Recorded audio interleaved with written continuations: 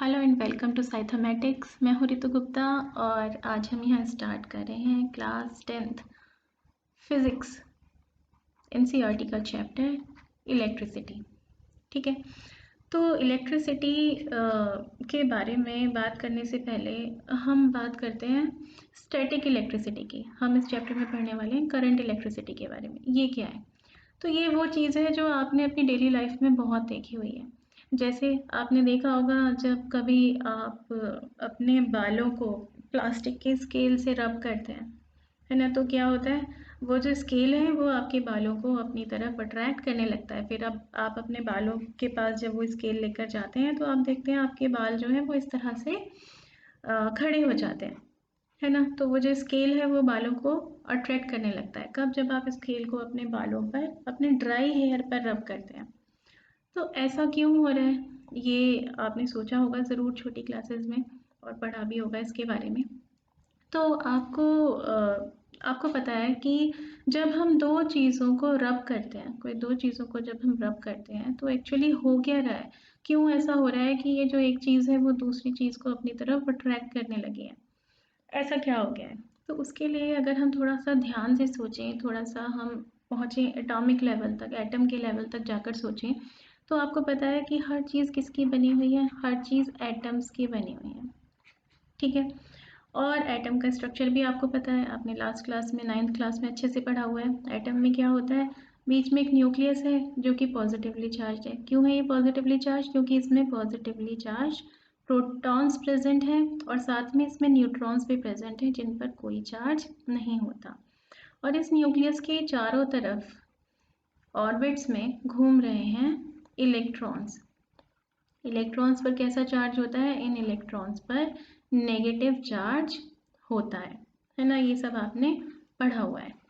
तो एक्चुअली होता क्या है, जब हम कोई दो चीज़ों को आपस में रब करते हैं, कोई एक चीज़ है, ये दूसरी चीज़ है, हमने आपस में रब किया तो फ्रिक्शन हुआ, उसमें कुछ काम किया हमने उसके ऊपर, तो क्या होगा? कुछ एनर्जी लगाई हमने इसके ऊपर, तो क्या होगा? वो एनर्जी कहाँ जाएंगी? ये सब्सटेंस भी एटम्स का बना है, ये सब्सटेंस भी एटम्स का बना है।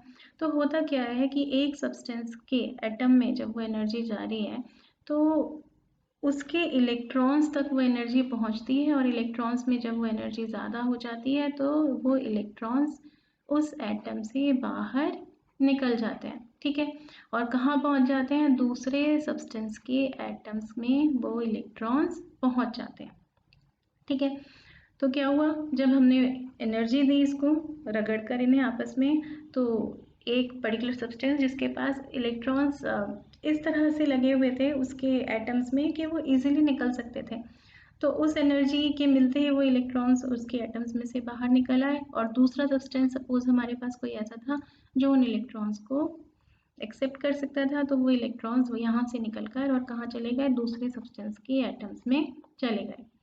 अब आपको ये भी पता है कि कोई एक एटम को की अगर हम बात करें तो एटम तो न्यूट्रल होता है। न्यूट्रल क्यों होता है? मतलब उस पर कोई नेट चार्ज नहीं होता। क्यों? क्योंकि उसमें जितने इलेक्ट्रॉन्स होते हैं उतने ही उसमें प्रोटॉन्स भी होते हैं। जितने इलेक्ट्रॉन्स हैं उतने ही प्रोटॉन्स हैं, यानी जितना नेगेटिव चार्ज है उतना ही पॉजिटिव चार्ज है। तो ये दोनों एक दूसरे को न्यूट्रलाइज कर देते हैं और atom as a whole neutral होता है। लेकिन जब हमने इन दोनों को रब किया तो क्या हुआ? एक में से एटम्स निकल गए।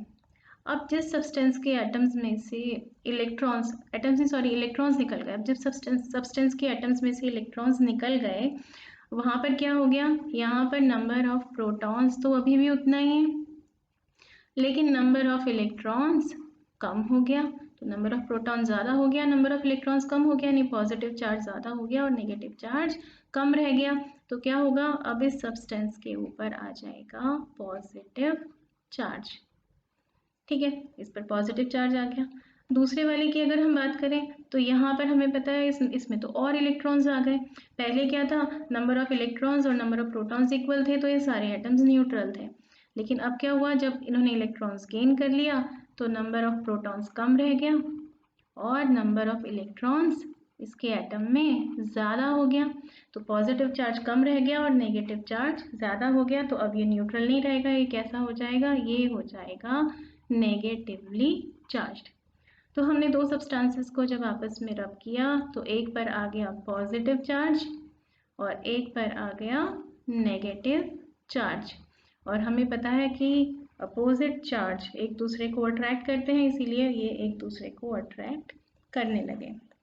ठीक है, अब यहाँ पर आपको क्या दिखाई दे रहा है कि ठीक है ये दोनों सब्सटेंसेस चार्ज तो हो गए, लेकिन क्या ये चार्ज इधर से उधर कहीं मूव कर रहा है? नहीं कर रहा है। ये पॉजिटिवली चार्ज है, ठीक है, वहीं पर स्टेशनरी है। यहाँ पर नेगेटिव चार्ज है, यहाँ पर भी ये नेगेटिव चार्ज अब कहीं मूव करके जा नहीं रहा है। तो ये चार्जेस कैसे हैं? ये चार्जेस स्टेशनरी चार्जेस हैं। स्टेशनरी चार्जेस हैं, एक ही जगह पर ये रुके हुए हैं। ठीक है, इधर से उधर मूव नहीं कर रहे। तो ऐसी इलेक्ट्रिसिटी को हम कहते हैं स्टैटिक इलेक्ट्रिसिटी। स्टैटिक यानी स्टेशनरी। तो स्टैटिक इलेक्ट्रिसिटी क्या है? Stationary electric charge typically produced by friction. कोई रुका हुआ इलेक्ट्रिक चार्ज है जो प्रोड्यूस हमने कैसे किया है? यूजुअली हमने इसको फ्रिक्शन से प्रोड्यूस किया है। ठीक है, अब सपोज कीजिए हमारे पास कोई दो चीज़ें हैं। ठीक है, दो बॉडीज़ हैं, एक के ऊपर है पॉजिटिव चार्ज और एक के ऊपर है नेगेटिव चार्ज। ठीक है, एक पॉजिटिवली चार्ज है, एक नेगेटिवली चार्ज है। हमने इन्हें रब किया था आपस में, या कुछ भी किया हमने, इस किसी तरह से इनको चार्ज कर दिया। अब पॉजिटिव चार्ज इसके ऊपर है, इसका मतलब क्या है? इस यहाँ पर नंबर ऑफ इलेक्ट्रॉन्स कम है। ठीक है, प्रोटॉन ज़्यादा है। और नेगेटिव चार्ज इसके ऊपर है, इसका मतलब क्या है? इसके पास इलेक्ट्रॉन्स ज़्यादा है, मोर नंबर ऑफ इलेक्ट्रॉन्स। इसके पास इलेक्ट्रॉन्स की कमी है, इसके पास इलेक्ट्रॉन्स ज़्यादा है। अब सपोज कीजिए हम इन दोनों को कनेक्ट करते हैं किसी ऐसे सब्सटेंसेस से, कंडक्टर से। कंडक्टर यानी एक ऐसा सब्सटेंस है जिसके अंदर इलेक्ट्रॉन्स मूव कर सकते हैं, फ्री इलेक्ट्रॉन्स हैं उसके पास, तो इलेक्ट्रॉन्स मूव कर सकते हैं इधर से उधर। ऐसा नहीं है कि इलेक्ट्रॉन्स बिल्कुल फिक्स्ड हैं, तो वो अपनी जगह छोड़कर कहीं इधर से उधर जा ही नहीं सकते। तो हमने क्या किया, एक कंडक्टर से इसको ज्वाइन कर दिया। जैसे कि कोई वायर लिया हमने कॉपर का, उस वायर से हमने इन दोनों को ज्वाइन कर दिया। अब क्या होगा, यहाँ पर जहाँ पर इलेक्ट्रॉन्स की कमी है तो यहाँ के एटम्स क्या करेंगे, यहाँ से इलेक्ट्रॉन को अपनी तरफ खींचेंगे। ठीक है, यहाँ के एटम्स में इलेक्ट्रॉन की कमी हो जाएगी तो वो अपने पीछे वाले इलेक्ट्रॉन को अपनी तरफ खींचेगा। फिर यहाँ के एटम्स में इलेक्ट्रॉन की कमी हो जाएगी तो वो अपने से पीछे वाले एटम में से इलेक्ट्रॉन खींचेगा। ऐसे करते करते करते करते फाइनली यहाँ पर जब इलेक्ट्रॉन्स की कमी हो जाएगी तो यहाँ के एटम्स यहाँ से नेगेटिवली चार्ज वाले जिसके पास इलेक्ट्रॉन ज़्यादा है यहाँ से इलेक्ट्रॉन को खींचेगा। तो अब क्या हो रहा है, इलेक्ट्रॉन्स इधर से इधर मूव करना स्टार्ट हो जाएंगे। ठीक है, तो नेगेटिव चार्ज, यहाँ पर तो इलेक्ट्रॉन्स ज़्यादा थे, यहाँ पे इलेक्ट्रॉन्स कम थे, तो हमने इनको ज्वाइन कर दिया और इलेक्ट्रॉन्स मूव करने के लिए यहाँ फ्री है। तो क्या होगा, जहाँ से इलेक्ट्रॉन ज़्यादा थे वहाँ से वो किधर की तरफ को जाने लगेंगे, वहाँ से वो उधर जाने लगेंगे जहाँ पर इलेक्ट्रॉन्स कम है। तो यहाँ पर हम क्या देख रहे हैं, अब चार्जेस यानी इलेक्ट्रॉन्स मूव करना स्टार्ट हो गए, फ्लो करना स्टार्ट हो गया। इस वायर में इलेक्ट्रॉन्स फ्लो कर रहे हैं, यानी चार्जेस फ्लो कर रहे हैं। और इसी फ्लो ऑफ चार्ज को हम कहते हैं, अब ये क्या बन गया, अभी हो गया करंट इलेक्ट्रिसिटी। स्टैटिक इलेक्ट्रिसिटी में हम क्या पढ़ रहे थे, स्टैटिक चार्जेस के बारे में पढ़ रहे थे, ऐसे चार्जेस जो एक जगह पर रुके हुए हैं, मूव नहीं कर रहे। करंट इलेक्ट्रिसिटी में हम किसके बारे में पढ़ेंगे, फ्लोइंग चार्जेस के बारे में पढ़ेंगे, ऐसे चार्जेस जो एक जगह से दूसरी जगह मूव कर रहे हैं। ठीक है, अब ये जो दोनों बॉडीज़ थी हमारे पास, जिनमें से एक में इलेक्ट्रॉन्स कम थे और एक में इलेक्ट्रॉन्स ज़्यादा थे, तो कुछ तो चार्जेस में अंतर है इसके, इसमें इलेक्ट्रॉन ज़्यादा है तो इस पर कुछ अलग चार्ज है, इसमें इलेक्ट्रॉन्स कम है, इस पर कुछ अलग चार्ज है। तो उस डिफरेंस को शो करने के लिए हमने एक वर्ड यहाँ पर बनाया है पोटेंशियल, एक टर्म हमने बनाई है पोटेंशियल। तो हम क्या बोलेंगे, हम ये कहते हैं कि जहाँ पर ये पॉजिटिव चार्जेस ज़्यादा हैं, इसका मतलब ये वाला जो ऑब्जेक्ट है ये हाई पोटेंशियल पर है। ठीक है, इसका पोटेंशियल ज़्यादा है। और जहाँ पर ये पॉजिटिव चार्जेस कम है, नेगेटिव चार्ज ज़्यादा है नहीं, पॉजिटिव चार्ज यहाँ पर कम है, तो हम बोलेंगे कि ये जो ऑब्जेक्ट है ये लो पोटेंशियल पर है, इसका पोटेंशियल कम है। ठीक है, तो एक ऑब्जेक्ट हमारा जहाँ पर इलेक्ट्रॉन्स कम थे वो कैसा है, वो हाई पोटेंशियल पर है। और एक ऑब्जेक्ट हमारा जहाँ इलेक्ट्रॉन ज़्यादा थे वो कहाँ पर, वो कैसा है, वो उसका पोटेंशियल लो है। तो हम क्या देख रहे हैं, इलेक्ट्रॉन्स कहाँ से कहाँ फ्लो कर रहे हैं, इलेक्ट्रॉन्स हमेशा लो पोटेंशियल से हाई पोटेंशियल की तरफ फ्लो कर रहे हैं। ठीक है, तो अगर सपोज कीजिए कि ये इलेक्ट्रॉन्स दोनों तरफ बराबर होते हैं। सपोज कीजिए यहाँ पे कुछ इलेक्ट्रॉन्स थे, ज़्यादा इलेक्ट्रॉन्स थे, यहाँ पे कम इलेक्ट्रॉन्स थे, तो हमने उसे वायर से कनेक्ट कर दिया, इलेक्ट्रॉन्स फ्लो होकर इधर की तरफ जाने लगे। कब तक होगा ऐसा? क्या ये प्रोसेस हमेशा चलता रहेगा या कभी रुक जाएगा? तो एक टाइम ऐसा आएगा जब यहाँ पे नंबर ऑफ इलेक्ट्रॉन्स और यहाँ पे नंबर ऑफ इलेक्ट्रॉन्स बराबर हो जाएंगे। उस टाइम के बाद क्या होगा, जितना यहाँ पोटेंशियल है उतना ही वहाँ यहाँ पर पोटेंशियल है, तो उस टाइम पर ये चार्जेस मूव करना बंद कर देंगे, यानी उस टाइम पर कोई चार्ज इधर से उधर फ्लो नहीं करेगा। ठीक है, तो ये चार्जेस कब तक फ्लो कर रहे हैं? सिर्फ तब तक फ्लो कर रहे हैं जब तक यहाँ पर हमें पोटेंशियल में डिफरेंस दिखाई दे रहा है। एक बॉडी हाई पोटेंशियल पर है, एक बॉडी लो पोटेंशियल पर है, सिर्फ तभी ये चार्जेस इधर से उधर फ्लो कर रहे हैं। अगर दोनों का पोटेंशियल सेम होगा तो ये चार्जेस फ्लो नहीं करेंगे। ठीक है, जैसे आपने देखा होगा, अगर आपने एक बाल्टी में ऊपर तक पानी भरा हुआ है और एक बाल्टी में आपने थोड़ा सा पानी लिया हुआ है और आप एक पाइप डालते हैं उसमें पानी को इधर से उधर पहुंचाने के लिए, तो क्या होता है, पानी ज़्यादा है जहाँ पर, वहाँ से जाने लगता है किधर की तरफ जहाँ पर पानी कम है। लेकिन ऐसा कब तक होता है? ऐसा सिर्फ तब तक होता है जब तक दोनों तरफ पानी का लेवल बराबर नहीं हो जाता। उसके बाद कोई वाटर इधर से उधर फ्लो नहीं करता। सेम ऐसे ही जब दोनों तरफ इलेक्ट्रॉन्स बराबर हो जाएंगे तो उसके बाद कोई चार्ज इधर से उधर फ्लो नहीं करेगा। ठीक है, और ये जो चार्जेस इधर से उधर फ्लो कर रहे हैं, इन्हीं फ्लोइंग चार्जेस को हम कहते हैं करंट। तो अगर पोटेंशियल में डिफरेंस है तभी करंट फ्लो होगा, अगर पोटेंशियल सेम है तो कोई करंट फ्लो नहीं होगा। तो थोड़ी देर के बाद यहाँ पर क्या हो जाएगा, यहाँ पर हमें पता चलेगा इसका पोटेंशियल और इसका पोटेंशियल तो इक्वल हो गया, तो करंट फ्लो होना तो बंद हो जाएगा। पर हमें तो अपनी डिवाइसेस में, जो इलेक्ट्रिकल डिवाइसेस हमारे पास है उनमें नहीं चाहिए, हमें तो क्या चाहिए, करंट हमेशा फ्लो होता रहे, ये चार्जेस हमेशा फ्लो होते रहे, हम ये चाहते हैं। तो उसके लिए क्या करेंगे, उसके लिए भी कोई तरीका होना चाहिए।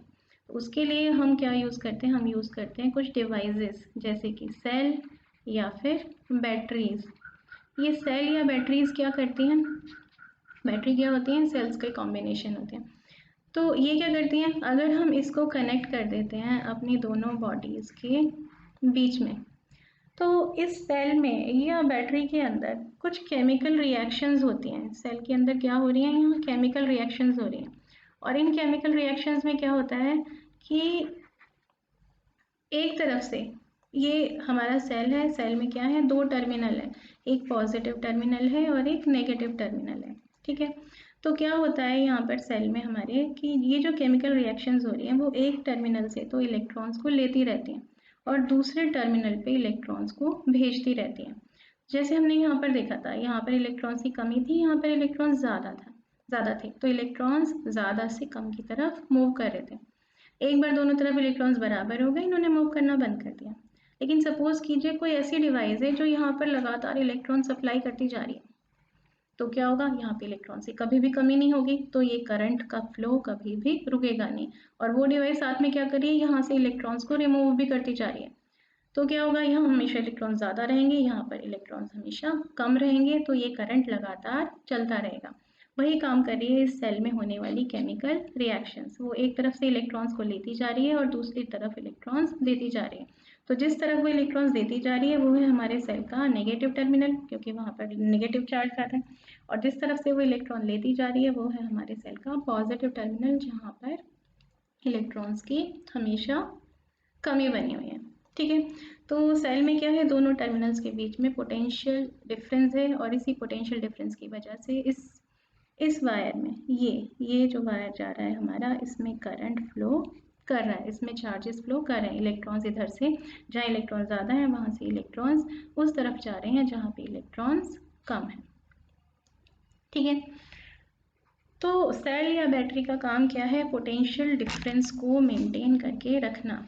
हमें क्या दिख रहा था यहाँ, ये दोनों बॉडीज अलग अलग पोटेंशियल पर है, यानी क्या है, दोनों में कुछ पोटेंशियल डिफरेंस है। जब तक ये पोटेंशियल डिफरेंस रहेगा तब तक करंट फ्लो करेगा। तो ये पोटेंशियल डिफरेंस को कौन मेंटेन करके रखता है, इसको हमारी सेल या बैटरीज मेंटेन करके रखती हैं। ठीक है, और दूसरी इंटरेस्टिंग बात यहाँ पर क्या है कि जब यहाँ पर करंट के बारे में डिस्कवरी हुई थी स्टार्टिंग में, तो तब हम लोगों को ये नहीं पता था कि एक्चुअल में इलेक्ट्रॉन्स हैं जो वायर में इधर से उधर मूव कर रहे हैं। तो तब हम क्या सोचते थे, हम सोचते थे कि शायद पॉजिटिव चार्जेस हैं वो वायर में इधर से उधर मूव कर रहे हैं।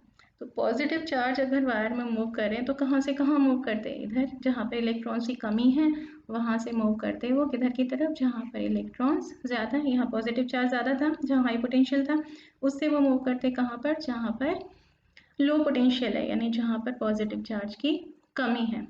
तो क्योंकि हम स्टार्टिंग में ये सोचते थे कि जो करंट है वो क्या है, पॉजिटिव चार्ज का मूवमेंट है, पॉजिटिव मूविंग पॉजिटिव चार्जेस हैं जो करंट कंस्टिट्यूट कर रहे हैं, तो इसलिए करंट की डायरेक्शन हम क्या मानकर चलते हैं, हाई पोटेंशियल से लो पोटेंशियल की तरफ करंट की डायरेक्शन है, जहाँ इलेक्ट्रॉन्स कम है वहाँ से उधर की तरफ जहाँ इलेक्ट्रॉन्स ज़्यादा है।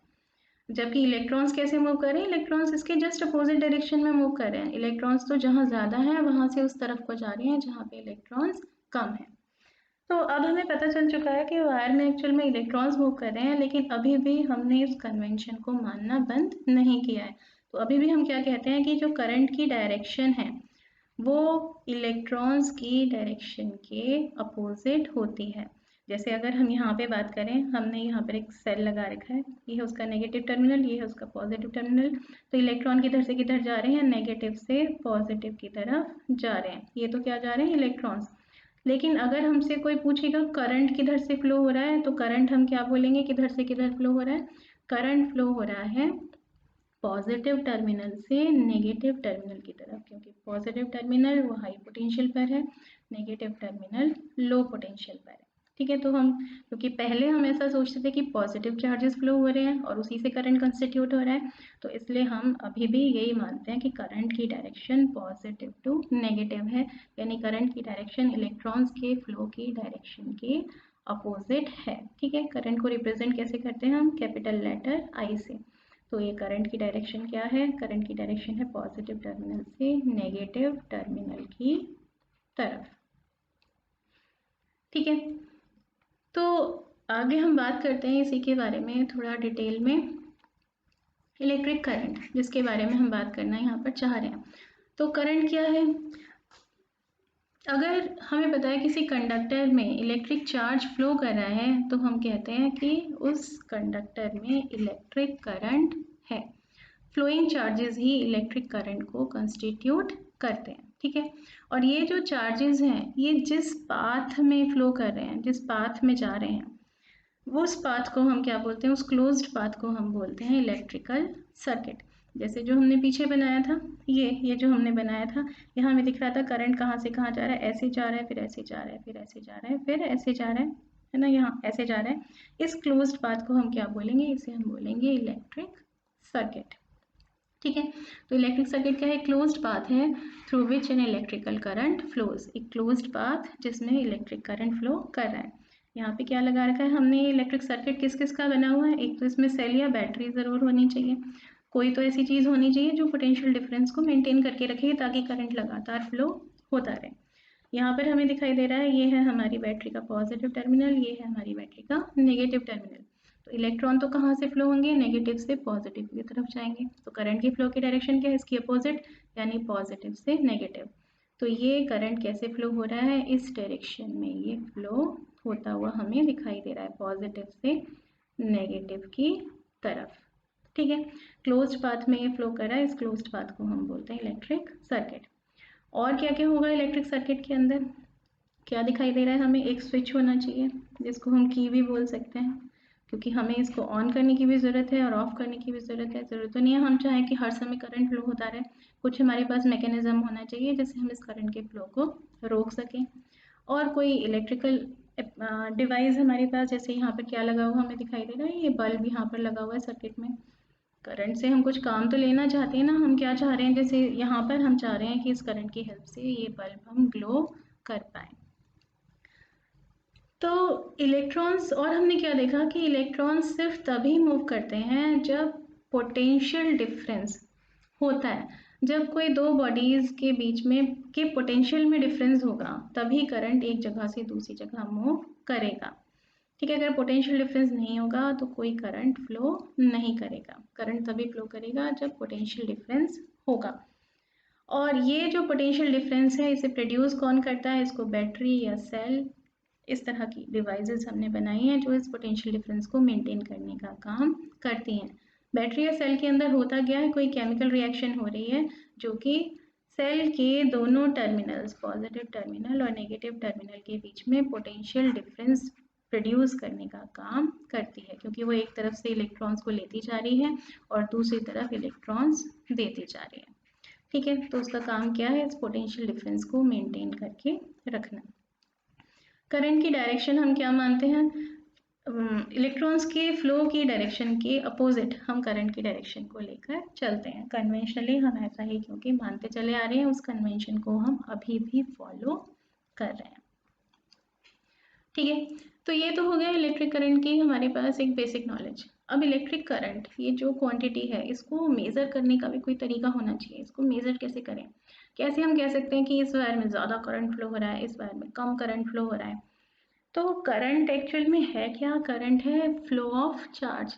चार्ज फ्लो कर रहे हैं उसी को हम क्या बोलते हैं, करंट बोलते हैं। ठीक है, तो अगर हम ये मेज़र कर लें कि कितना चार्ज फ्लो कर रहा है, तो हम कह सकते हैं कि हाँ, अगर यहाँ पर किसी पर्टिकुलर वायर में 1 सेकेंड में ज़्यादा चार्ज फ्लो हो रहा है, ज़्यादा इलेक्ट्रॉन्स फ्लो हो रहे हैं, और दूसरे वायर में 1 सेकेंड में ही कम चार्ज फ्लो हो रहा है, यानी कम इलेक्ट्रॉन्स फ्लो हो रहे हैं, तो हम क्या कह सकते हैं कि यहाँ पर करंट ज़्यादा है, यहाँ पे करंट कम है। तो यही तरीका है जो हमने इलेक्ट्रिक करंट को मेज़र करने के लिए बना रखा है। तो हम प्रॉपरली इलेक्ट्रिक करंट को कैसे डिफाइन कर सकते हैं, इलेक्ट्रिक करंट क्या है, the amount of charge flowing through a particular area in unit time. Suppose कीजिए हमारे पास एक वायर है, ठीक है, इस वायर में क्योंकि हमने कहीं इसको बैटरी से या सेल से कनेक्ट किया हुआ है, इसके अक्रॉस पोटेंशियल डिफरेंस है। ठीक है, इसका एक एंड हाई पोटेंशियल पर है, एक एंड लो पोटेंशियल पर है, तो क्या होगा, इसमें करंट फ्लो होगा। हम ये देख रहे हैं कि टी टाइम में, टी सेकेंड टाइम में इस पर्टिकुलर एरिया से, ये जो बीच में मैंने शेड किया है, इस पर्टिकुलर एरिया से टी टाइम में, टी सेकेंड्स टाइम में Q charges, Q amount of charge flow हो रहा है। चार्ज को मेज़र करने की यूनिट क्या है, आपको पता होगा, ये भी हमने 9th में पढ़ा हुआ है, कूलम है ना। और चार्ज को हम कूलम में मेज़र करते हैं, और आपको ध्यान होगा अगर कि एक इलेक्ट्रॉन पर कितना चार्ज होता है, -1.6 इंटू 10⁻⁻19 कूलम, इतना चार्ज होता है। एक प्रोटॉन पर भी सेम ही चार्ज होता है लेकिन वो पॉजिटिव होता है, +1.6 इंटू 10⁻⁻19 कूलम। तो हम कह रहे हैं कि टी सेकेंड्स में क्यू कूलम चार्ज इस एरिया से फ्लो हो रहा है। तो 1 सेकेंड में अगर हम फाइंड कर लें कि यहाँ से कितना चार्ज फ्लो हो रहा है, तो उसे हम क्या कहेंगे, उसे हम कहेंगे कि इतना करंट इस पर्टिकुलर वायर में फ्लो हो रहा है। टी सेकेंड्स में क्यू कूलम चार्ज है, तो 1 सेकेंड में कितना चार्ज फ्लो करेगा, क्यू अपॉन टी, इतने कूलम चार्ज फ्लो करेगा। ठीक है, तो ये जो Q अपॉन टी हमारे पास क्वांटिटी आई है, यही क्या है, ये हमें वैल्यू देती है कि एक पर्टिकुलर एरिया से एक पर्टिकुलर वायर में कितना करंट जो है वो फ्लो हो रहा है। तो करंट यानी I, this is equal to Q upon T. Q upon T, जहाँ पे Q क्या है, Q है चार्ज जिसकी यूनिट है, जिसको हम मेज़र करते हैं कूलम में, और T है टाइम इन सेकेंड्स, इसको हम मेज़र करते हैं सेकेंड में, ऐसा यूनिट्स हैं इनकी।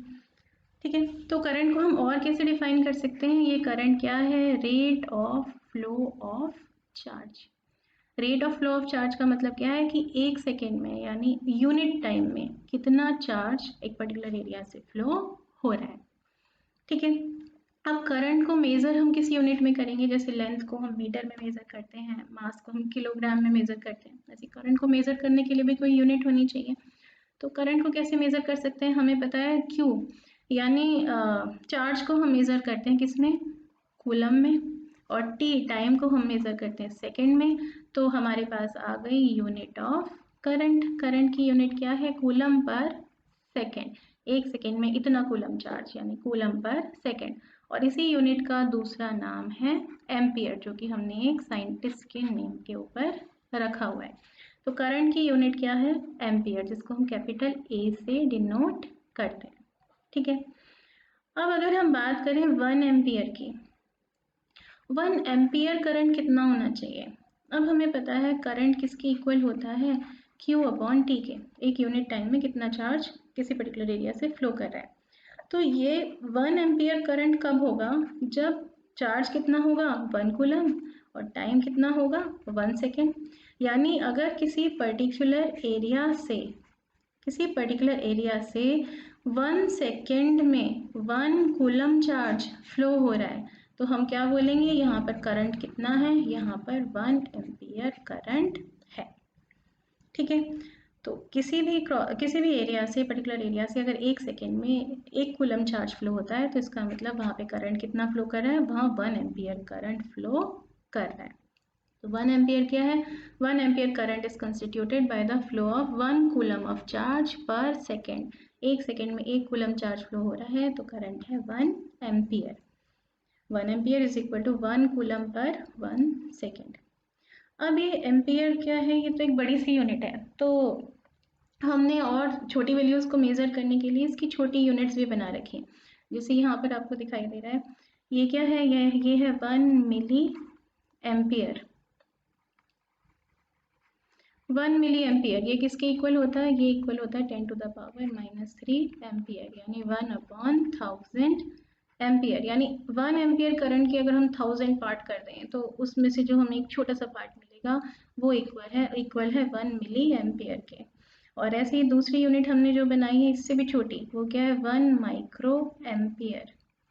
1 माइक्रो एम्पियर दिस, ये किसके इक्वल है, ये इक्वल है 10 टू द पावर -6 एम्पियर, यानी 1 अपॉन 1,000,000 इतने एम्पियर। यानी 1 एम्पियर के अगर हम इतने पार्ट्स कर दें, तो एक जो छोटा सा पार्ट हमें मिलेगा वो होगा 1 माइक्रो एम्पियर करंट। ठीक है, पर एसआई यूनिट इसकी क्या है, एसआई यूनिट एम्पियर ही होती है। अब करंट को हमने डिफाइन तो कर लिया, लेकिन कोई ऐसी डिवाइस हमारे पास होनी चाहिए जो हम अपने सर्किट में लगा दें और वो करंट को मेज़र करके हमें दे सके। तो उसी डिवाइस का नाम है एमीटर। ठीक है, इसको हम सर्किट में कैसे रिप्रेजेंट करते हैं, कैसे गोला बनाकर उसके अंदर हम ए लिख देते हैं। इस एमीटर का भी एक टर्मिनल पॉजिटिव होता है और एक टर्मिनल नेगेटिव। और जब हम इसे सर्किट में कनेक्ट करते हैं, तो पॉजिटिव को हमेशा हम बैटरी के पॉजिटिव टर्मिनल से कनेक्ट करते हैं और नेगेटिव को हमेशा बैटरी के नेगेटिव टर्मिनल से कनेक्ट करते हैं। ठीक है, तो ये वो डिवाइस है जो किसी सर्किट में करंट की वैल्यू को हमें मेज़र करके देती है। और ध्यान क्या रखना होता है इस एमीटर को कनेक्ट करते हुए सर्किट में, कि ये हमेशा सर्किट में सीरीज़ में कनेक्टेड होता है। सीरीज़ में कनेक्टेड होता है यानी ऐसे सर्किट के अंदर ही कहीं पर बीच में लगा हुआ होता है। अगर मैं ऐसे बोल दूँ, ये हमारा सर्किट था और ये मैंने यहाँ कोई 2 पॉइंट्स के बीच में यहाँ पर एमीटर लगा दिया, तो इस तरह के अरेंजमेंट को हम क्या बोलेंगे, इसे हम बोलेंगे ये हमारे सर्किट के पैरेलल लगा हुआ है ना। और ये जो सर्किट के अंदर ही लगा हुआ है, इसे हम क्या बोलते हैं, ये लगा हुआ है सीरीज में। तो एमीटर को हमेशा हम सीरीज में ही कनेक्ट करते हैं, उसको कभी भी हम पैरेलल में कनेक्ट नहीं करते। ठीक है, तो ये जो कुछ हमने अभी पढ़ा है, इसी के बेसिस पर अब हम एक एनसीईआरटी का न्यूमेरिकल सॉल्व करके देखते हैं, जो है एग्जाम्पल 12.1। हमें बोल रहे हैं करंट है 0.5 एम्पियर का, जो कि एक इलेक्ट्रिक बल्ब के फिलामेंट में जा रहा है, 10 मिनट्स के लिए फ्लो कर रहा है। Find the amount of electric charge that flows through the circuit. तो अगर 10 मिनट तक 0.5 एम्पियर करंट फ्लो कर रहा है, तो इलेक्ट्रिक चार्ज कितना फ्लो किया होगा। तो यहाँ हमें क्या क्या दे रखा है, एक तो हमें आई दे रखा है, आई यानी current 0.5 ampere, ampere SI unit में। ठीक है, दूसरा हमें दे रखा है कितने टाइम तक वो फ्लो कर रहा है, वो फ्लो कर रहा है 10 मिनट्स तक। अब टाइम की एसआई यूनिट मिनट तो नहीं है, तो वो तो सेकंड है, तो हम इसे चेंज कर लेते हैं एसआई यूनिट में। तो कितना आ जाएगा 10 × 60 यानी 600 सेकेंड्स। ठीक है, निकालना क्या है, हमें चार्ज कितना फ्लो कर रहा है, क्यू की वैल्यू निकालनी है। अभी हमने पीछे क्या देखा था, I is equal to Q upon T. इसका मतलब Q किसके इक्वल होगा, I इंटू टी के इक्वल होगा। वैल्यूज रख देते हैं, तो I है 0.5 और T है हमारा 600 सेकेंड। ठीक है, तो इन्हें कर लेते हैं हम मल्टीप्लाई, क्या आ जाएगा हमारे पास, आ जाएगा 300। 0.5 ये क्या है, हाफ है, हाफ कर दिया इसका 300। और यूनिट क्या है, क्योंकि चार्ज निकाला है हमने, तो यूनिट होगी कूलम। तो कितना चार्ज फ्लो हो रहा है, 300 कूलम चार्ज यहाँ से फ्लो हो रहा है। ठीक है, इसके बाद हम देखते हैं इन टेक्स्ट क्वेश्चंस एनसीईआरटी के। तो इसमें पहला क्वेश्चन क्या है, what does an electric circuit means. Electric circuit का क्या मतलब है, तो हमें बहुत अच्छे से पता है, एक क्लोज्ड पाथ जिसमें कि कोई जिसमें कि करंट फ्लो हो रहा है, एक ऐसी क्लोज्ड पाथ है जिसमें करंट फ्लो हो रहा है, उसी क्लोज्ड पाथ को हम इलेक्ट्रिक सर्किट कहते हैं। Define the unit of current, तो करंट की यूनिट क्या है, एम्पियर। इसको डिफाइन कैसे करेंगे, 1 एम्पियर की डेफिनेशन हमें यहाँ पर बतानी है। 1 एम्पियर किसके इक्वल होता है, 1 कूलम पर 1 सेकेंड। अगर किसी पर्टिकुलर एरिया से 1 सेकेंड में 1 कूलम चार्ज फ्लो हो रहा है तो हम कहते हैं कि वहाँ 1 एम्पियर करंट फ्लो हो रहा है। Calculate the number of electrons constituting 1 coulomb of charge. 1 coulomb of charge कितने इलेक्ट्रॉन्स मिलकर कंस्टिट्यूट करते हैं। तो इसके लिए हमें पता होना चाहिए कि एक इलेक्ट्रॉन पर कितना चार्ज होता है। तो एक इलेक्ट्रॉन पर चार्ज होता है, हमें पता है 1.6 into 10 to the power minus 19 coulomb. Negative होता है, इतना चार्ज तो प्रेजेंट है किस पर, एक इलेक्ट्रॉन पर। ठीक है, तो अगर हमसे पूछा जाता है 1 कूलम ऑफ चार्ज कितने इलेक्ट्रॉन्स पर प्रेजेंट होगा, तो हम क्या करेंगे, 1 चाहिए हमें, यहाँ इस पूरी वैल्यू से डिवाइड कर देते हैं दोनों तरफ, 1.6 इंटू 10 पावर माइनस 19 से। तो यहाँ तो जब हमने 1.6 इंटू 10 पावर माइनस 19 से डिवाइड किया तो ये कैंसिल होकर 1 कूलम रह गया। यहाँ पर क्या हमें मिला, 1/1.6 into 10 to the power minus 19 इतने इलेक्ट्रॉन्स। सॉल्व कर लेते हैं इसको, तो क्या आएगा हमारे पास सॉल्व करके, 1/1.6 है तो ये आ जाएगा हमारे पास 10/16 इंटू, इसको ऊपर ले जाते हैं 10 टू द पावर 19, तो ये आ गया हमारे पास 5/8। इसको हमने डिवाइड किया तो हमारे पास आ गया 0.625 इंटू 10 टू द पावर 19। और हम इसे क्या लिख सकते हैं, 0.625 इंटू 10 टू द पावर 18 ऐसे लिख सकते हैं। 10 से मल्टीप्लाई करेंगे 0.625 को तो क्या आ जाएगा, 6.25 into 10 to the power 18 electrons. इतने सारे इलेक्ट्रॉन्स मिलकर 1 कूलम चार्ज कंस्टिट्यूट करते हैं।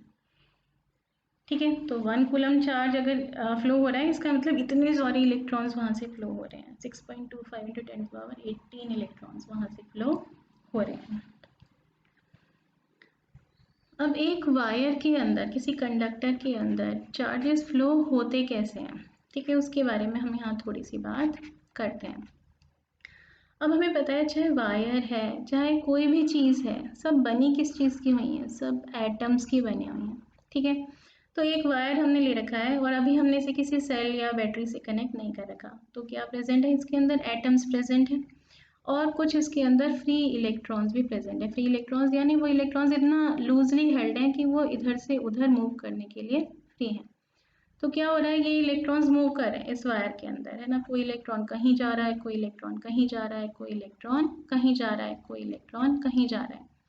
तो ये किसी एक पर्टिकुलर फिक्स डायरेक्शन में तो ये जा नहीं रहे हैं, रैंडमली ये मूव कर रहे हैं। ठीक है, रैंडम मूवमेंट हो रहा है इनका। अगर इनका रैंडम मूवमेंट हो रहा है तो अगर हम ये देखना चाहें कि इनका नेट मूवमेंट किधर को हो रहा है, तो हम क्या देखेंगे, कहीं भी नहीं, कोई इधर जा रहा है, कोई उधर जा रहा है, कोई कहीं और जा रहा है। तो अगर हम निकालना चाहें कि इनकी एवरेज वेलोसिटी कितनी होगी, सपोज इस इलेक्ट्रॉन की वेलोसिटी इस डायरेक्शन में, ये कुछ स्पीड से इस डायरेक्शन में जा रहा है, ये दूसरा कुछ और स्पीड से इस डायरेक्शन में जा रहा है, तीसरा कुछ स्पीड से इस डायरेक्शन में जा रहा है, तो कुल मिलाकर अगर हम ये देखेंगे तो ये इलेक्ट्रॉन्स एक्चुअल में किसी एक पर्टिकुलर डायरेक्शन में तो जा नहीं रहे, है ना। तो इनकी अगर हम एवरेज वेलोसिटी निकालना चाहें, यहाँ पर एवरेज वेलोसिटी कितनी है, वो कितनी आ जाएगी, हमारे पास आ जाएगी 0। बस ये यहीं पर वायर के अंदर रैंडमली इधर उधर इधर उधर मूव कर रहे हैं। ठीक है, लेकिन ये इनका डिस्प्लेसमेंट कुल मिलाकर ये ऐसा नहीं है कि सारे इलेक्ट्रॉन्स पहले यहाँ थे अब सारे इलेक्ट्रॉन्स कहीं और पहुँच गए, तो ऐसा कुछ इनका कोई नेट डिस्प्लेसमेंट नहीं हो रहा है। अब हमने क्या किया, इस वायर को हमने जोड़ दिया किसी सेल से या बैटरी से। तो अब क्या हुआ, पोटेंशियल डिफरेंस क्रिएट हो गया है ना, ये पॉजिटिव टर्मिनल नेगेटिव टर्मिनल, तो यहाँ पर पॉजिटिव टर्मिनल है तो यहाँ पर क्या आ गया, यहाँ पर हाई पोटेंशियल हो गया, यहाँ पर लो पोटेंशियल हो गया। अब इससे क्या होगा, इससे ये होगा कि ये जो इलेक्ट्रॉन्स हैं, अब यहाँ पर इलेक्ट्रॉन्स की कमी है, इधर इलेक्ट्रॉन्स की कमी है, तो ये इलेक्ट्रॉन्स जो वायर में इलेक्ट्रॉन्स प्रेजेंट है ये किधर की तरफ को खींचेंगे, इधर की तरफ को खींचेंगे, इलेक्ट्रॉन्स की जहाँ पर कमी है उधर की तरफ जाने की कोशिश करेंगे, है ना। फिर यहाँ पर जो एटम्स प्रेजेंट हैं उनके इलेक्ट्रॉन्स जब इधर की तरफ को खींच गए हैं तो वो अपने पीछे वाले एटम्स में से इलेक्ट्रॉन्स को खींचेंगे, फिर वो अपने पीछे वाले एटम्स में से इलेक्ट्रॉन्स को खींचेंगे, तो ये सारे इलेक्ट्रॉन्स अब किधर को मूव करने लगे। अब ये सारे इलेक्ट्रॉन्स हमें दिखाई दे रहा है कि नेगेटिव टर्मिनल से पॉजिटिव टर्मिनल की तरफ मूव करना शुरू हो गए। तो इलेक्ट्रॉन्स कैसे मूव कर रहे हैं, अब सारे इलेक्ट्रॉन्स किसी एक पर्टिकुलर डायरेक्शन में मूव कर रहे हैं, ठीक है। तो मूव कर रहे हैं तो थोड़ा बहुत तो डिस्प्लेस भी हो रहे हैं, डिस्प्लेस हो रहे हैं, तो इसका मतलब अब इनकी एवरेज वेलोसिटी 0 नहीं है। पहले तो इलेक्ट्रॉन रेंडमली मूव कर रहा था तो देखा जाए तो वो उसका कुछ टोटल डिस्प्लेसमेंट उसका नेट डिस्प्लेसमेंट उसका 0 ही था, लेकिन अब इसका कुछ नेट डिस्प्लेसमेंट है तो अब इसकी एवरेज वेलोसिटी 0 नहीं है। लेकिन क्या है, इलेक्ट्रॉन्स ऐसे इजीली इस वायर में मूव कर रहे हैं। अब हमें बताइए ये वायर किसका बना है, एटम्स का बना है। एटम्स का बना है तो ठीक है, इलेक्ट्रॉन्स तो इसमें है ही, साथ ही में क्या प्रेजेंट है, पॉजिटिवली चार्ज न्यूक्लियस भी तो प्रेजेंट है, उसी के चारों तरफ तो इलेक्ट्रॉन्स मूव कर रहे थे। तो जब कोई इलेक्ट्रॉन इस वायर में मूव करेगा तो क्या होगा, पॉजिटिवली चार्ज न्यूक्लियस भी तो उसे अपनी तरफ अट्रैक्ट कर रहा है। तो अब यहाँ क्योंकि पोटेंशियल डिफरेंस है तो वो इलेक्ट्रॉन को किधर की तरफ खींच रहा है, इधर की तरफ खींच रहा है ना, पॉजिटिव टर्मिनल की तरफ खींच रहा है। लेकिन होगा क्या, रास्ते में न्यूक्लियस उसे अपनी तरफ खींचेगा तो इससे टकरा जाएगा, टकरा जाएगा मतलब क्या होगा, कॉलिजन होगा, कॉलिजन होगा तो वो अपने रास्ते से थोड़ा इधर उधर हो जाएगा इलेक्ट्रॉन, फिर क्या होगा, फिर इस पोटेंशियल डिफरेंस के इन्फ्लुएंस में फिर से इधर की तरफ मूव करना शुरू करेगा, फिर किसी और न्यूक्लियस से टकरा जाएगा, फिर थोड़ा सा इधर उधर जाएगा, रुक जाएगा, उसकी वेलोसिटी कम चेंज हो जाएगी, फिर वो पोटेंशियल डिफरेंस के इन्फ्लुएंस में इधर की तरफ मूव करना शुरू करेगा। तो ये इलेक्ट्रॉन जो है ये इस तरह कंटिन्यूसली बड़े आराम से इस वायर में मूव नहीं कर रहा है। ये जो वायर के एटम्स हैं, एटम्स के अंदर जो न्यूक्लियस है वो इस इलेक्ट्रॉन के फ्लो को रेजिस्ट कर रहे हैं, रोक रहे हैं, है ना, उसको आसानी से मूव नहीं करने दे रहे हैं। तो ये जो हमारे वायर की प्रॉपर्टी है, किसी भी मटेरियल की प्रॉपर्टी है कि वो इलेक्ट्रॉन की फ्लो को रेजिस्ट करता है, उसे हम क्या कहते हैं, उस प्रॉपर्टी को हम कहते हैं रेजिस्टेंस। रेजिस्टेंस यानी वो प्रॉपर्टी किसी भी मटेरियल की जो इलेक्ट्रॉन के फ्लो को अपोज कर रही है, करंट के फ्लो को अपोज कर रही है, उसे हम कहते हैं रेजिस्टेंस। तो कोई सब्सटेंस का रेजिस्टेंस जितना ज़्यादा है इसका मतलब उसमें इलेक्ट्रॉन्स उतने ही मुश्किल से फ्लो होंगे, उसमें करंट उतनी ही मुश्किल से फ्लो होगा। तो हो क्या रहा है यहाँ पर कि इलेक्ट्रॉन्स की वेलोसिटी बार बार लगातार चेंज हो रही है। तो अगर हम इसकी वेलोसिटी फाइंड करना चाहते हैं तो हमें क्या निकालना पड़ेगा, हमें अभी भी इसकी एवरेज वेलोसिटी निकालनी पड़ेगी। किसी एक पर्टिकुलर वेलोसिटी से तो ये जा नहीं रहा, कभी रुक रहा है, कभी चल रहा है, कभी इधर को जा रहा है, कभी उधर को जा रहा है। तो वो एवरेज वेलोसिटी एक इलेक्ट्रॉन की अब क्या है, उस वेलोसिटी को हम बोलते हैं ड्रिफ्ट वेलोसिटी, ड्रिफ्ट वेलोसिटी, ठीक है। और एक अगर जब हमने ये मेज़र करके देखी है कॉपर वायर में, हमने इसको मेज़र करके देखा तो हमने देखा ये ड्रिफ्ट वेलोसिटी भी बहुत कम है। ये कितनी है, 1 मिलीमीटर पर सेकेंड। एक सेकेंड में इलेक्ट्रॉन सिर्फ 1 मिलीमीटर ही मूव कर रहा है। अब ये एक अजीब सी बात आपको लगेगी, आप बोलेंगे कि हम तो जैसे ही स्विच ऑन करते हैं हमारी ट्यूबलाइट एकदम से जल जाती है, हमारा बल्ब एकदम जल जाता है, फैन एकदम चलना शुरू हो जाता है, और आप कह रहे हो कि इलेक्ट्रॉन्स तो जो है बहुत धीरे धीरे मूव कर रहे हैं, वो तो एक सेकेंड में सिर्फ 1 मिलीमीटर मूव कर रहे हैं, तो करंट को हमारे जो भी हमारा इलेक्ट्रिकल डिवाइस है उस तक पहुंचने में टाइम लगना चाहिए था, तो वो तुरंत कैसे जल गया। अब वो तुरंत इसलिए जल गया क्योंकि एक्चुअल में ऐसा नहीं है कि जब एक इलेक्ट्रॉन यहाँ से मूव करके यहाँ तक पहुँचेगा तब कहीं जाकर हमारा डिवाइस काम करना शुरू होगा। करंट क्या है, करंट है movement of charge, charge move कर रहा है, ठीक है, ये नहीं है कि एक पर्टिकुलर इलेक्ट्रॉन मूव होकर इधर से उधर जा रहा है।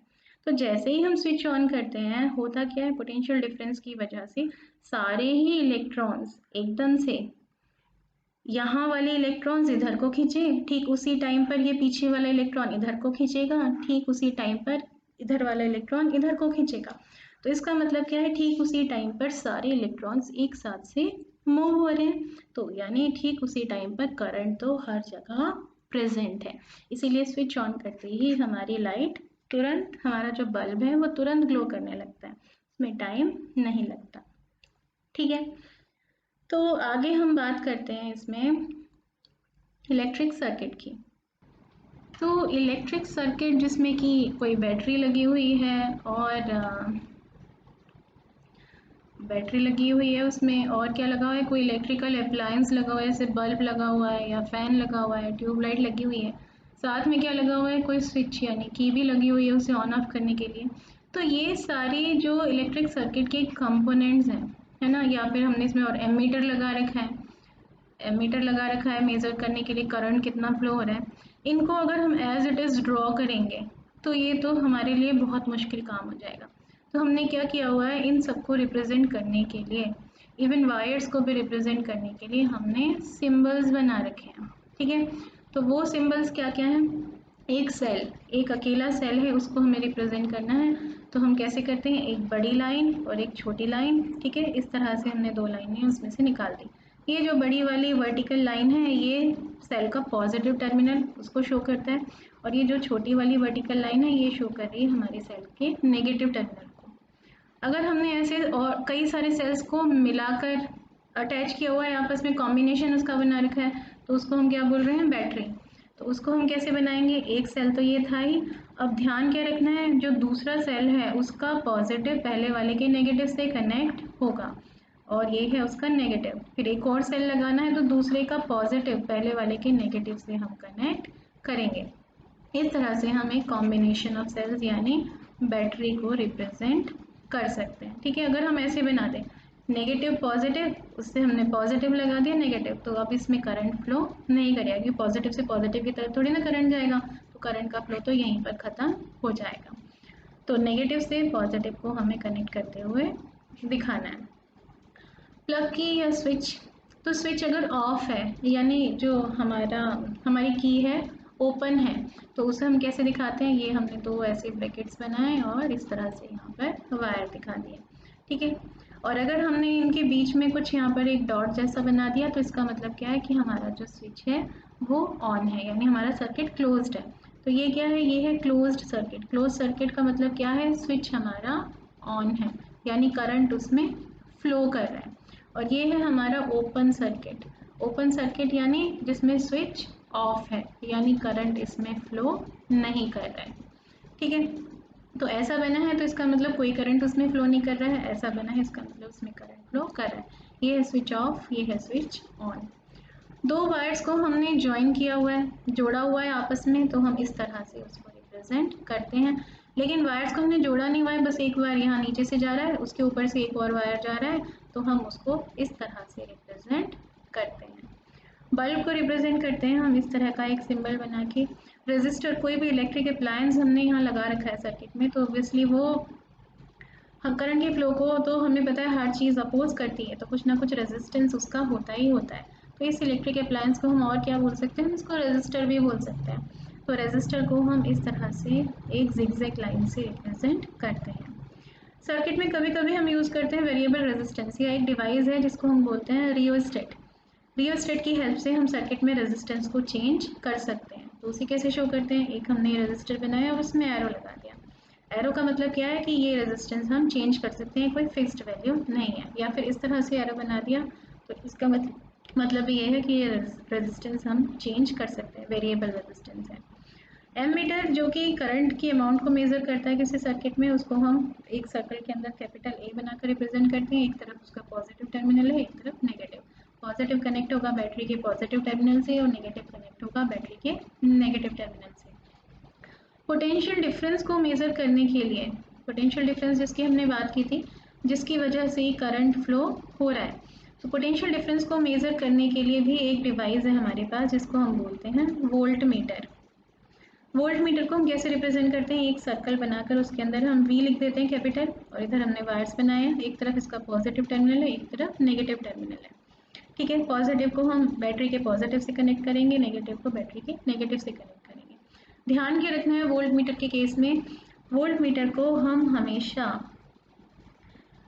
जिन दो पॉइंट्स के बीच में हमें पोटेंशियल डिफरेंस मेज़र करना है, सपोज ये ए और बी पॉइंट्स के बीच में मेज़र करना है पोटेंशियल डिफरेंस, तो हम कैसे कनेक्ट करेंगे इसको, हमेशा हम सर्किट के पैरेलल कनेक्ट करेंगे। ये सर्किट के बीच में इसको हम कहीं नहीं लगाएंगे। एमीटर को कैसे लगाते थे, सर्किट के बीच में ही कहीं लगाते थे, यानी सीरीज में लगाते थे।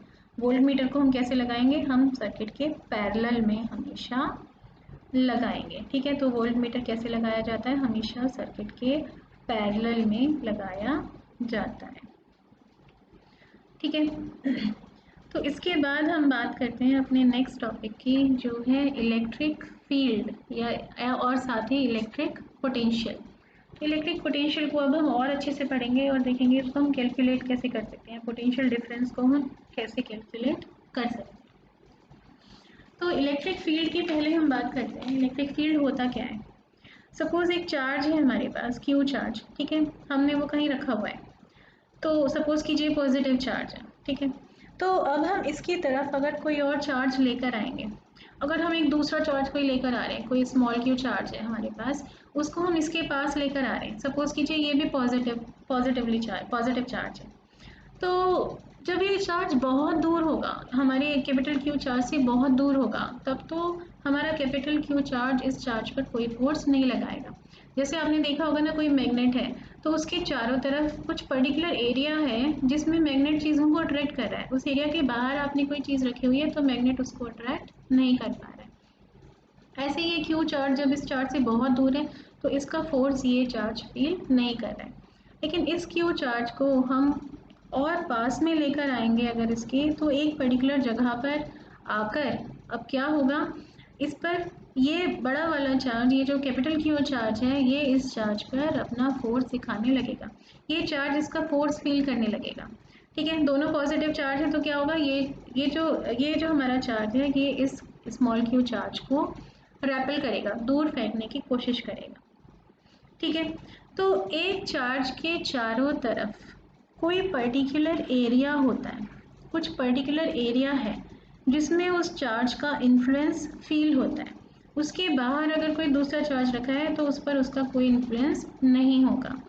इस पर्टिकुलर एरिया को हम कहते हैं कि ये इस चार्ज की इलेक्ट्रिक फील्ड है। ठीक है, तो क्यू चार्ज की इलेक्ट्रिक फील्ड कहाँ से कहाँ तक है, वो पूरा एरिया जिसमें क्यू चार्ज का इफेक्ट फील हो सकता है, उसका इन्फ्लुएंस फील हो सकता है। यानी इस एरिया में अगर कोई हम दूसरा चार्ज लाएंगे, अगर हम कोई लाइक चार्ज लाते हैं, यानी पॉजिटिव चार्ज लाते हैं, तो ये चार्ज उसको रेपेल करेगा।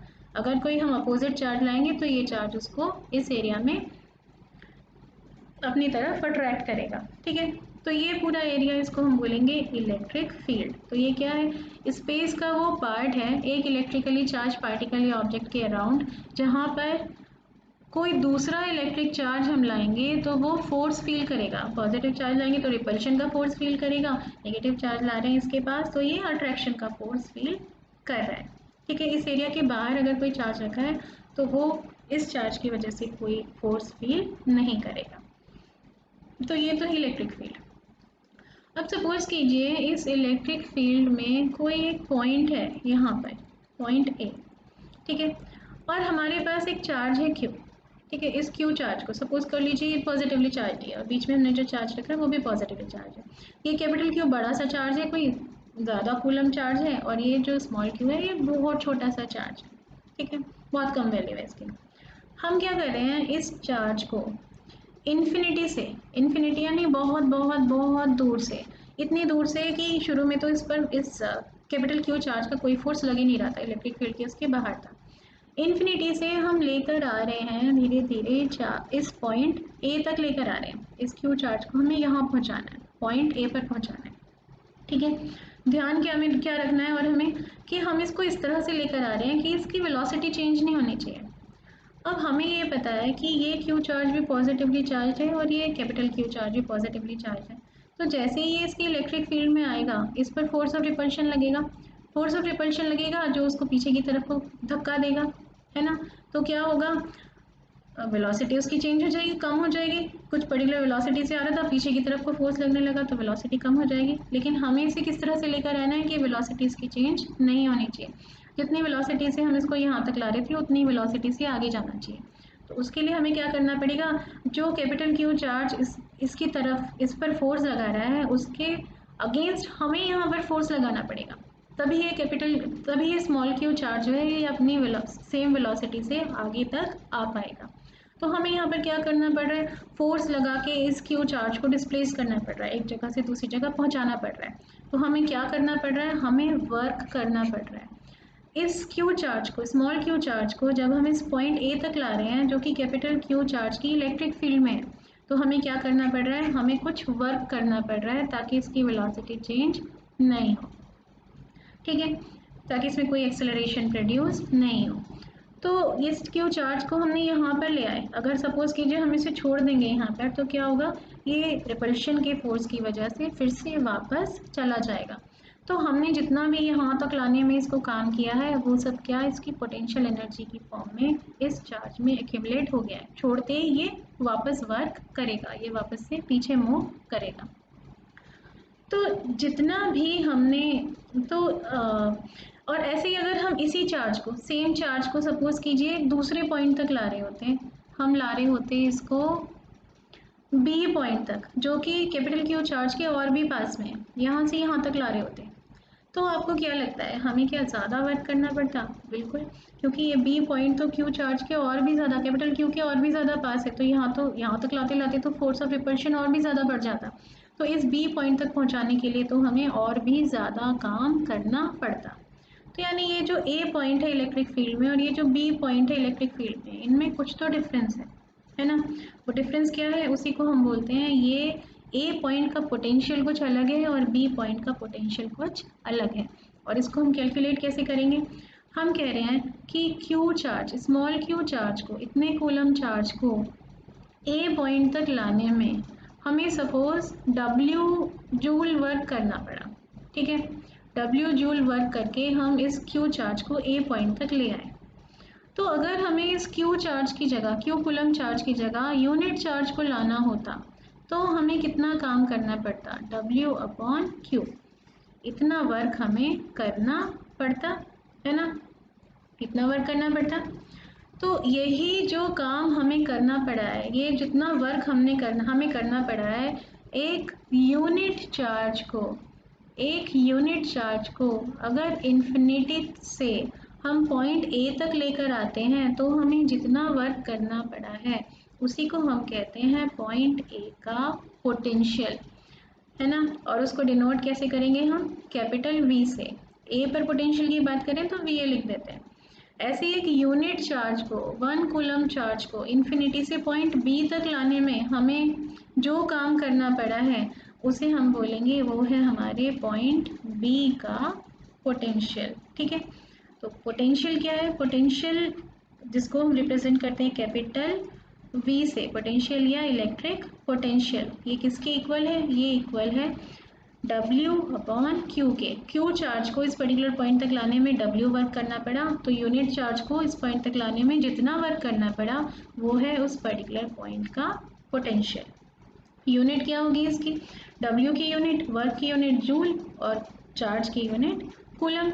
तो पोटेंशियल की यूनिट हो गई joules per coulomb. Joules per coulomb जिसको हमने एक और नाम दिया हुआ है, इसे हम वोल्ट भी कहते हैं, ये भी एक साइंटिस्ट के नाम पर हमने इसको नाम दिया हुआ है। और इसका भी सिंबल क्या है, कैपिटल वी ही है, कैपिटल वी से ही हम इसको रिप्रेजेंट करते हैं, ठीक है। अब क्वेश्चन आता है 1 वोल्ट पोटेंशियल, इसका मतलब क्या है। तो पोटेंशियल 1 वोल्ट कब होगा, जब ये न्यूमरेटर भी 1 होगा, डिनोमिनेटर भी 1 होगा, यानी 1 जूल अपॉन 1 कूलम। इसका मतलब क्या है, 1 कूलम चार्ज को अगर हमें इन्फिनिटी से पॉइंट ए तक लाने में 1 जूल वर्क करना पड़ा, तो इसका मतलब कि इस पॉइंट ए का पोटेंशियल 1 वोल्ट है, ठीक है। तो 1 वोल्ट क्या है, अगर 1 वोल्ट एक पर्टिकुलर पॉइंट का पोटेंशियल है, अगर उस पॉइंट तक इन्फिनिटी से हम 1 कूलम चार्ज को लाते हैं तो हमें 1 जूल वर्क करना पड़ता है। तो ये तो हो गया हमारा इलेक्ट्रिक पोटेंशियल। इसके बाद दूसरी टर्म आती है पोटेंशियल डिफरेंस। पोटेंशियल डिफरेंस ये क्या है, अब हमें पता है कि किसी चार्ज के चारों तरफ जो इलेक्ट्रिक फील्ड है उसमें हर एक पॉइंट पर पोटेंशियल तो सेम है नहीं। जो पॉइंट हमारे ओरिजिनल चार्ज से, सोर्स चार्ज से ज़्यादा दूर है उसका पोटेंशियल कम है, जो जितना ज़्यादा पास है उसका पोटेंशियल उतना ज़्यादा उतना ज़्यादा है, क्योंकि इन्फिनिटी से जब हम इस चार्ज किसी यूनिट चार्ज को बी पॉइंट तक लाएंगे हमें कम काम करना पड़ेगा, लेकिन इन्फिनिटी से ए पॉइंट तक लाएंगे तो हमें ज़्यादा काम करना पड़ेगा। ठीक है, तो इन दो पॉइंट्स के बीच में जो पोटेंशियल का डिफरेंस है उसी को हम कहते हैं पोटेंशियल डिफरेंस। और इसको हम कैसे डिफाइन कर सकते हैं? हम ये कह रहे हैं कि ये दो पॉइंट्स हैं हमारे पास, ए और बी, दोनों किसी चार्ज की इलेक्ट्रिक फील्ड में प्रेजेंट है। ठीक है, इस पॉइंट ए से पॉइंट बी तक हम लेकर जा रहे हैं एक चार्ज क्यू को, क्यू कूलम चार्ज को हम लेकर जा रहे हैं। तो हमें जितना वर्क करना पड़ रहा है, सपोज वो वर्क है डब्ल्यू जूल वर्क में हम इस क्यू कूलम चार्ज को ए पॉइंट से बी पॉइंट तक पहुंचा पा रहे हैं। तो क्यू कूलम चार्ज की जगह अगर हम 1 कूलम चार्ज को ला रहे होते तो हमें कितना काम करना पड़ता? वही है इन दोनों के बीच का पोटेंशियल डिफरेंस। तो क्यू कूलम चार्ज को लाने के लिए हम कर रहे हैं डब्ल्यू जूल वर्क, तो 1 कूलम चार्ज को लाने के लिए हमें करना पड़ता डब्ल्यू अपॉन क्यू, इतना वर्क करना पड़ता। तो यही है ए और बी के बीच का पोटेंशियल डिफरेंस। इसको भी हम बी से ही डिनोट करते हैं कि किसके इक्वल है, डब्ल्यू अपॉन क्यू। यहाँ पे अब हम चार्ज को इन्फिनिटी से नहीं लेकर आ रहे हैं, हम क्या कर रहे हैं, पॉइंट ए से पॉइंट बी तक हम एक यूनिट चार्ज को लेकर जा रहे हैं। तो हमें कितना काम करना पड़ रहा है, वो है दो पॉइंट्स के बीच का पोटेंशियल डिफरेंस। यूनिट तो सेम ही है, जूल पर कूलम यानी वोल्ट। तो electric potential difference between two points in an electric field is equal to the work done to move a unit charge from one point to the another. एक unit charge को यहाँ से यहाँ तक move करने में कितना काम करना पड़ेगा, वो है इन दोनों के बीच का पोटेंशियल डिफरेंस। ठीक है, तो V is equal to W upon Q. ऐसा यूनिट क्या है इसकी, वोल्ट यानी जूल पर कूलम। ठीक है, ये भी समझ में आ गया। तो अब हम बात करते हैं 1 वोल्ट की, भी हमने पीछे बात की अभी, सेम वही चीज़ जो अभी हमने पीछे देखा था। हमें पता है कि V is equal to W upon Q. तो हमसे कोई पूछ रहा है 1 वोल्ट पोटेंशियल डिफरेंस मतलब क्या, हम कह रहे हैं कि इन दो पॉइंट्स के बीच में पोटेंशियल डिफरेंस 1 वोल्ट है। इस बात का मतलब क्या है, इस बात का मतलब ये है कि इस पॉइंट से इस पॉइंट तक अगर हम 1 कूलम चार्ज को लेकर जाते हैं तो हमें 1 जूल वर्क करना पड़ता है। ए और बी के बीच में पोटेंशियल डिफरेंस 1 वोल्ट है। इसका मतलब क्या है कि अगर 1 कूलम चार्ज को हम ए से बी तक ले जाएंगे तो हमें 1 जूल वर्क करना पड़ेगा। तो when 1 joule of work is done to move a charge of 1 coulomb from one point to the other, we say that potential difference across these points is 1 volt. 1 volt is equal to 1 joule per 1 coulomb, 1 joule upon 1 coulomb. Potential difference को measure करते हैं हम एक instrument से जिसको volt meter कहते हैं, ये अभी हमने पीछे बात की थी। और वोल्ट मीटर को हम हमेशा अपने सर्किट के पैरेलल में लगाते हैं, है ना। ये हमारा मान लो ऐसे यहाँ पर हमने कुछ बल्ब लगा रखा है, कुछ लगा रखा है, हमें दो पॉइंट्स के बीच में ए और बी के बीच में पोटेंशियल डिफरेंस मेज़र करना है। तो वोल्ट मीटर को हम कैसे लगाएंगे, हमारे सर्किट के पैरेलल हम इस वोल्ट मीटर को लगाएंगे। ठीक है, पॉजिटिव से पॉजिटिव, नेगेटिव से नेगेटिव को कनेक्ट करके। ओके, तो इसके बाद हम आते हैं एनसीईआरटी के क्वेश्चंस पर, इन टेक्स्ट क्वेश्चंस। क्या बोल रहे हैं, name a device that help to maintain potential difference across a conductor. एक कंडक्टर है, उसके अक्रॉस हमें पोटेंशियल डिफरेंस मेंटेन करके रखना है, यानी यहाँ से हमें इलेक्ट्रॉन्स चाहिए कि हमेशा कम ही रहें यहाँ पर, या हम चाहते हैं इलेक्ट्रॉन्स हमेशा ज़्यादा ही रहें। कौन सी ऐसी डिवाइस है जो इस काम को कर सकती है? तो अभी हमने पीछे बात की थी सेल और बैटरी, ये ऐसी डिवाइसेस हैं जो पोटेंशियल डिफरेंस को मेंटेन करने का काम करती हैं। हमने यहाँ एक सेल लगा दिया तो वो सेल क्या करेगा, यहाँ से इलेक्ट्रॉन्स लेता रहेगा और यहाँ पे इलेक्ट्रॉन सप्लाई करता रहेगा, जिससे ये पोटेंशियल डिफरेंस मेंटेन रहेगा। What is meant by saying that potential difference between two points is 1 volt? 1 volt potential difference का मतलब क्या है? तो अभी हमने पीछे क्या देखा था, V is equal to W upon Q. तो 1 वोल्ट किसके इक्वल होगा, 1 जूल अपॉन 1 कूलम, यानी दो पॉइंट्स के बीच में पोटेंशियल डिफरेंस 1 वोल्ट है। का मतलब ये है कि 1 कूलम चार्ज को यहाँ से यहाँ तक मूव करने में हमें 1 जूल वर्क करना पड़ता है। How much energy is given to each coulomb of charge passing through a 6 volt battery? Each coulomb of charge यानी चार्ज हमें कितना गिवन है, 1 कूलम। हमें निकालना है 1 कूलम चार्ज पास हो रहा है 6 वोल्ट बैटरी से, बैटरी के थ्रू 6 वोल्ट बैटरी यानी पोटेंशियल डिफरेंस हमें दे रखा है 6 वोल्ट का। ठीक है, बैटरी 6 वोल्ट की है यानी पोटेंशियल डिफरेंस जो है इसके टर्मिनल्स के क्रॉस वो कितना है, 6 वोल्ट है। तो हमें बताना है कितनी एनर्जी लगेगी, कितनी एनर्जी लगेगी यानी हमें क्या फाइंड करना है, वर्क डन हमें फाइंड करना है, कितना वर्क हमें करना पड़ेगा अगर हमें 1 कूलम चार्ज को एक 6 वोल्ट बैटरी, एक 6 वोल्ट के पोटेंशियल डिफरेंस के क्रॉस लेकर जाना है। तो अभी जो हमने पीछे देखा V is equal to W upon Q, तो W इज इक्वल टू कितना हो जाएगा, V इंटू क्यू। V की वैल्यू भी हमें गिवन है 6 है और Q की वैल्यू भी हमें गिवन है 1 है। तो कितनी एनर्जी हो गई, ये एनर्जी आ गई 6 जूल। 6 जूल एनर्जी खर्च होगी यानी 6 जूल वर्क हमें करना पड़ेगा अगर हमें 1 कूलम चार्ज को 6 वोल्ट पोटेंशियल डिफरेंस के अक्रॉस लेकर जाना है। ठीक है, एक एग्जाम्पल और है यहाँ पर, एग्जाम्पल 12.2 एनसीईआरटी का। इसमें क्या कह रहे हैं, how much work is done, W पूछा है हमें निकालने के लिए। In moving a charge of 2 coulomb, इस बार हमें चार्ज दे रखा है 2 कूलम, 2 कूलम चार्ज हमें मूव करना है across 2 points having a potential difference of 12 volt. 2 points हमें दे रखे हैं और हमें कह रहे हैं पोटेंशियल डिफरेंस 12 वोल्ट है इसके क्रॉस। तो 2 कूलम चार्ज को इधर से इधर मूव करने में कितना वर्क हमें करना पड़ेगा। तो V हमें दे रखा है 12 वोल्ट। सेम वही चीज़ हम यूज़ करेंगे, रिलेशन जो हमने पीछे पढ़ा है, V is equal to W upon Q. तो W is equal to V into Q, यानी 12 इंटू 2 तो कितना आ गया 24 जूल। 24 जूल्स वर्क हमें करना पड़ेगा अगर हमें 2 कूलम चार्ज को 12 वोल्ट के पोटेंशियल डिफरेंस के अक्रॉस लेकर जाना है पॉइंट ए से पॉइंट बी तक। ठीक है, तो ये लेक्चर हम यहीं पर ख़त्म करते हैं। नेक्स्ट लेक्चर में हम क्या करेंगे, हम इससे आगे के टॉपिक्स पढ़ेंगे, रेजिस्टेंस के बारे में पढ़ेंगे और रेजिस्टिविटी के बारे में पढ़ेंगे। और जो कुछ भी ये हमने आज पढ़ा है, अगर ये आपको इसके नोट्स चाहिए तो आपको क्या करना है, जो वीडियो के नीचे डिस्क्रिप्शन होती है वहाँ पर आप देखेंगे तो आपको एक लिंक मिलेगा, उस लिंक को आप क्लिक करेंगे तो वहाँ से आप इन नोट्स को डाउनलोड कर सकते हैं। मिलते हैं नेक्स्ट वीडियो में, तब तक के लिए